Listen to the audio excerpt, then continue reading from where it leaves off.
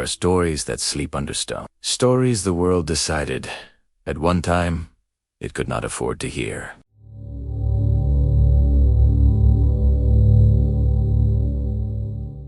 Paris, 1824.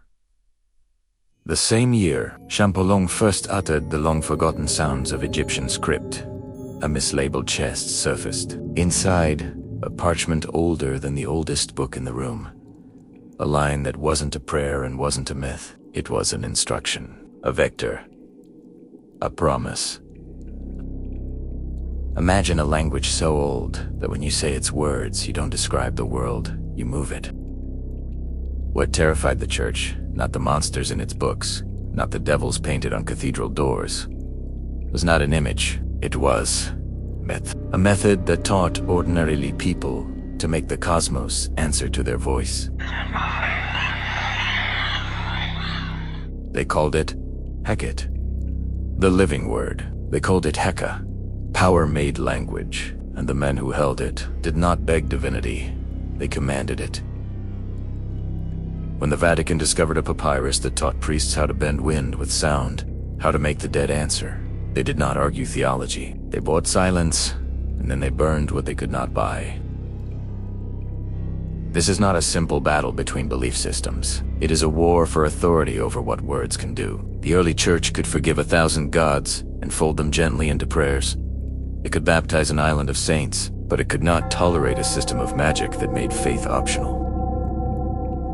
Because if a farmer in the Nile Valley could chant a name and the river obeyed, how long before he asked, "Why do I need an intermediary at all?" 1. The Papyrus Harris 501 rests today in a glass case at the British Museum, ink faded but intact. Its twin, catalogued by Vatican scribes in 1898, was never displayed again. Tonight we will walk stone corridors where animal-headed gods once taught priests the true grammar of reality. We'll follow the slow, surgical erasure of entire libraries. We'll sit, for a moment, at the vault's iron door under the Vatican, the secret room that never appears on brochures, and listen for the things that stubbornly refuse to die. If you thought the medieval Inquisition was anachronism, you haven't yet heard what it hid.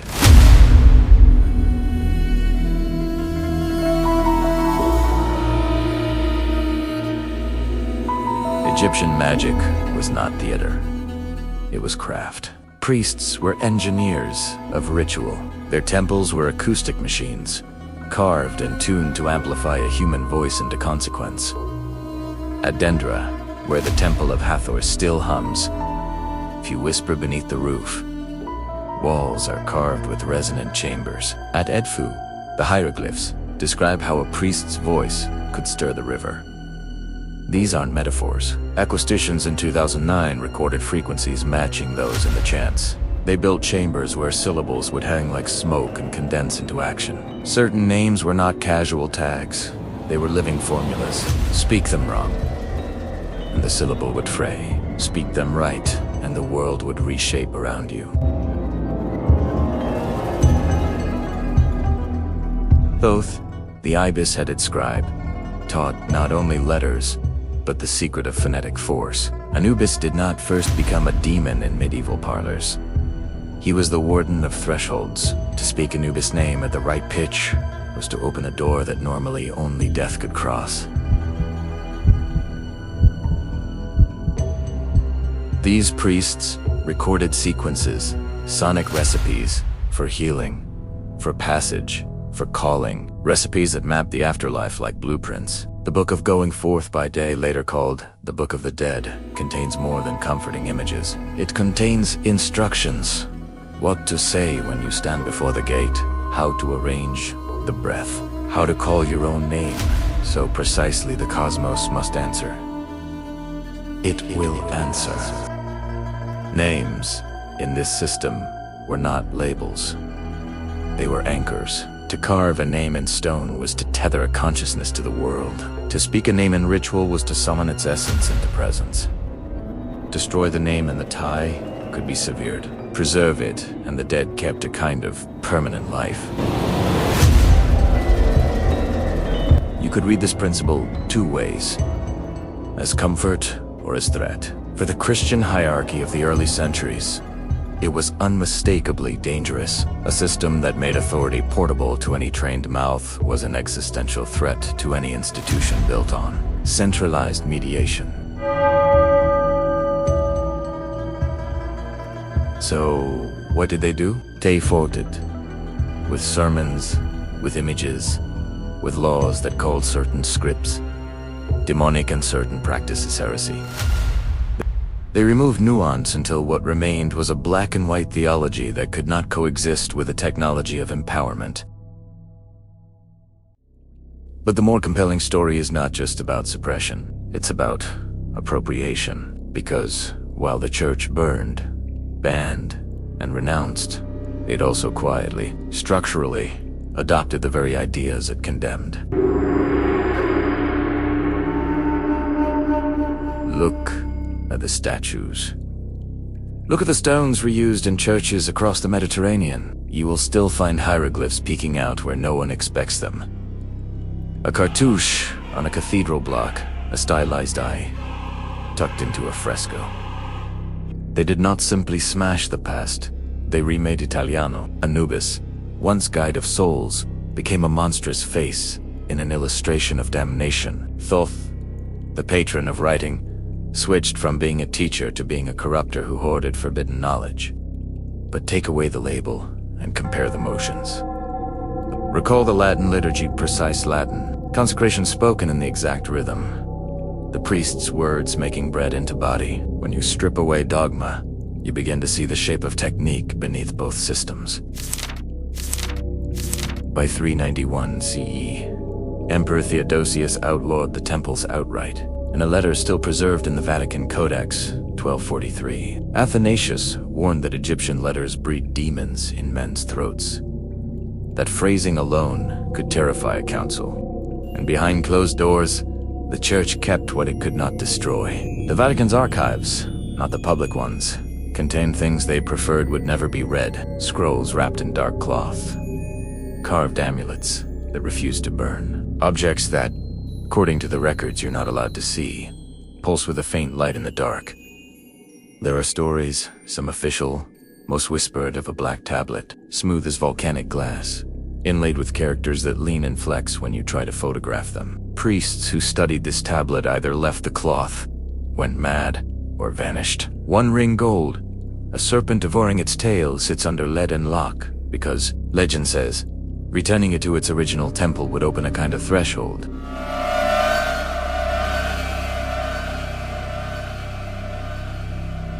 This is where we can lean into dread, because the church managed to make the ancient power both forbidden and vital. It had two. Secrets it feared could not simply be deleted, so it conserved them inside a different cabinet. The cabinet of authority. Imagine priests copying spells in Latin, then locking the pages away, rewriting chants into ecclesiastical cadence, and sanctifying them with relics and exorcisms. The seal meant you were safe, as long as you accepted the seal. But knowledge has an itch. It will find a scab and pick at it until it opens.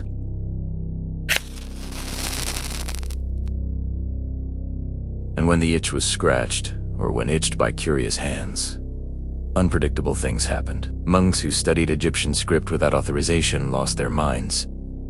Libraries smoldered. The Rosetta Stone, when it surfaced, did not simply open a language, it opened a history the church had quietly preferred forgotten. Champolliong's discovery ripped open a wound. For millennia, the glyphs were dead to Europe, decorative relics with no voice. When the voice returned, it said things that didn't fit the carefully boxed story of creation and kings. King lists that predated biblical chronologies, cosmic rituals older than the fathers of Christ. The past began to argue with the present. And so the response moved from flame to bureaucracy. Libraries that couldn't be burned were simply bureaucratically buried. Translations vanished from printed runs. Passages disappeared. Access was limited behind doors, keys, and remits that made research contingent on obedience. The slow death of a text is quieter than conflagration. It is surgical, it is bureaucratic, It is exactly the sort of thing that wears down curiosity until it seems impractical to insist on answers. Beneath Rome, not the tourist vaults, not the library, the public knows there is. Soso Maclime, a collection meant not to be admired, but to be contained. Beneath the Apostolic Archive, under what used to be the Fondo Indus Praebatorum, the catalogue of banned texts. The air still smells of iron and incense. The custodians of this collection do not give interviews. They do not publish inventories. Their records are redacted until the ink itself is a secret.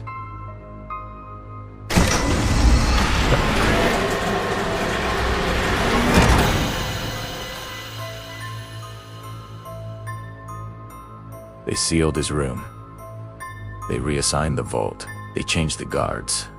They upgraded the protocols. But containment is always temporary when you are holding living words. They leak. They slip through the smallest fissures, like light through mortars. Another incident.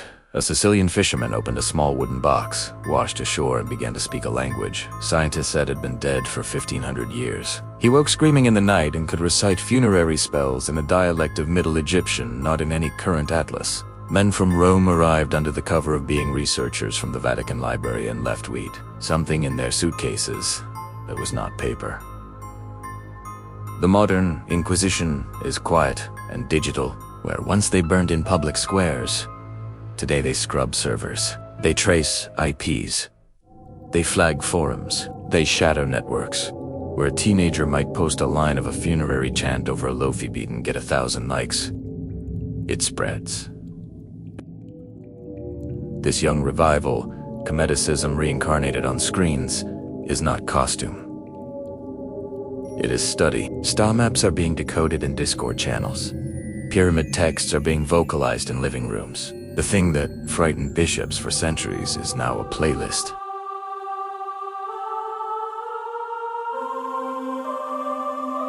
And when enough people chant the same syllables with the right intent, something begins to listen.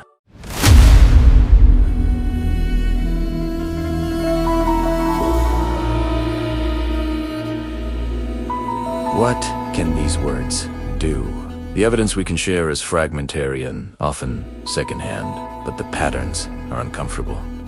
Spell passages from the Book of the Dead describe a soul's journey with exactitude. Crossing waters, presenting a name at judgment, being restored to breath and flesh. These are not poetic metaphors. These are procedural maps. When modern practitioners reconstruct certain sequences, small, responsible groups working under ritual safety, they report dissociation, vivid dream visions, and in rare cases, a subsequent change in physiological markers, heart rate modulation, altered neuroelectric patterns, profound shifts in bodily pain perception. A 2014 UCLA study on Rhythmac chant found identical neural synchronization patterns to those recorded in modern trance rituals. The same tempo, marked on Papyrus Louvre, E32, 1847. Some of these effects overlap with psychological and psychosomatic response. People who believe in the ritual undergo profound healing, placebo amplified into lived transformation. But some reports slide beyond the comfortably explainable. Coordinated experiences across independent groups, replicated after careful transcription from ancient papyri. Dreams shared between participants who have never met. An account of a woman who said she heard a name in an ancient script and, the next day, found a wound on her arm dramatically improved. Margaret Murray, and earlier, E.A. Vallis. Budge both warned that E.G.'s funerary language was less religion than technology, a blueprint that could reprogram reality itself. Are these miracles or misremembered coincidences? I cannot tell you with scientific certainty, but what I can say, and what medieval bishops felt without lab reports, is this. If speech has a consistent, demonstrable effect on the world, institutionalized monopoly over speech becomes power, not merely spiritual, but practical.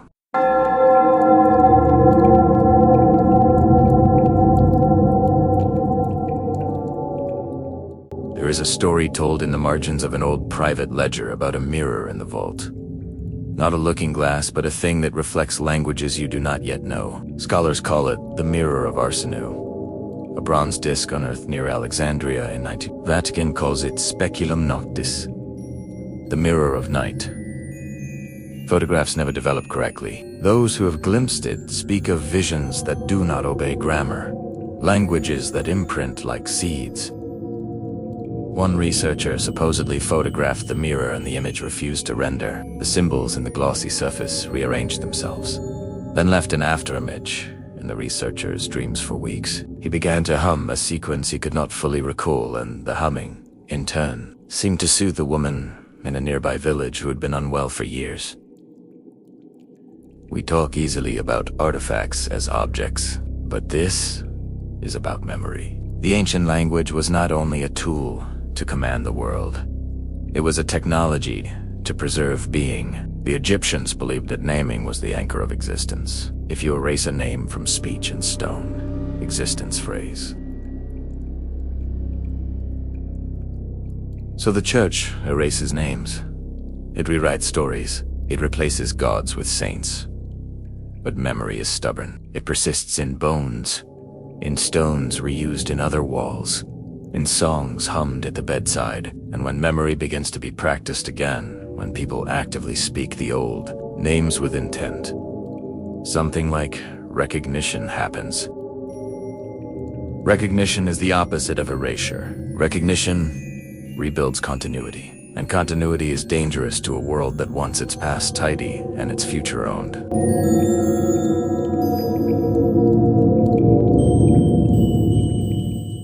So why did the Vatican fear Egyptian magic more than the devil? Because a devil's story depends on a single antagonist. It is a theatrical spectacle with a villain we can point to and a ritual that unites us against it.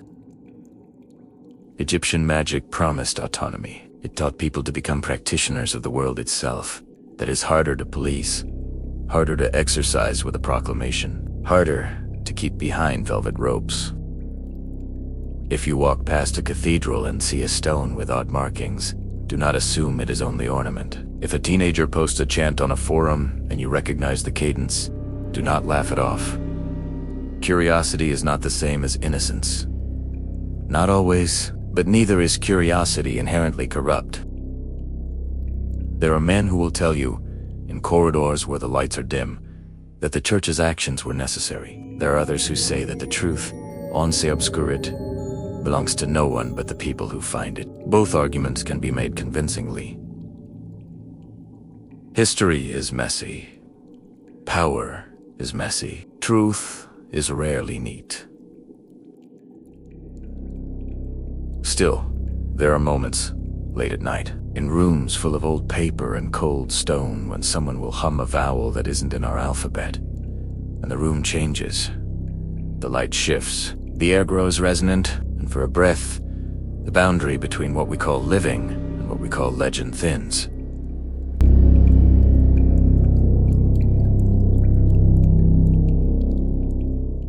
If the vault under Rome holds artifacts that follow keepers home, that change their sleep in their minds, then maybe the larger question is not about relics or rings. Maybe it is about memory.